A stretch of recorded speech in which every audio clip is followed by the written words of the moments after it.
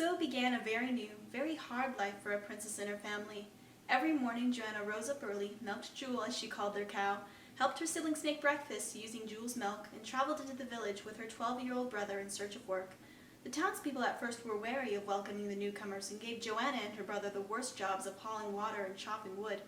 Payment came in the form of wilted cabbages or scrawny chickens. But slowly, as Johanna's hands bled, blistered, then hardened, and her cheeks burned, then browned, the village began to love and respect her and her young siblings as children most likely orphaned and left alone in the world. Indeed, though the princess and her family soon learned the language of the farmers, they never told their sad story of who they really were. Gone were their robes, gowns, and tunics. Joanna plowed fields in a woolen dress and bare feet. Her three youngest siblings attended the grammar school in town and played with farmers' children who would have bowed in awe of them only a year ago.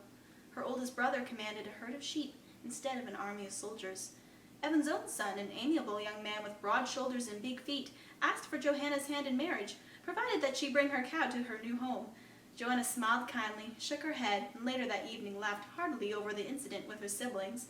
But that night, when she was sure the others were asleep, Joanna lit a candle and went out to where a stream whispered its way around the cottage. She looked at her rippling reflection, now liberally dotted over with freckles. She pushed back a strand of hair and saw a large welt on her forefinger where a spade handle had worn her skin raw. She then returned to the cottage, lay down, and thought of David while her tears slowly came down for the first time in months. Joanna was strong, but sometimes even the strongest people feel weary.